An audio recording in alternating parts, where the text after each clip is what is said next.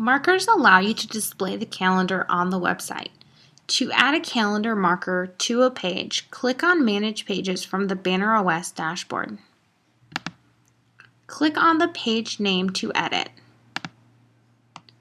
Click on the yellow and blue box in the upper right-hand corner to edit the page. Put your mouse in the white box where you wish to insert the calendar. Next, to insert dynamic content, choose BannerDate Listing to view a list of the events, or BannerDate Month View to show the calendar view of the events. Choose which calendar you would like to display, or choose View All to display all.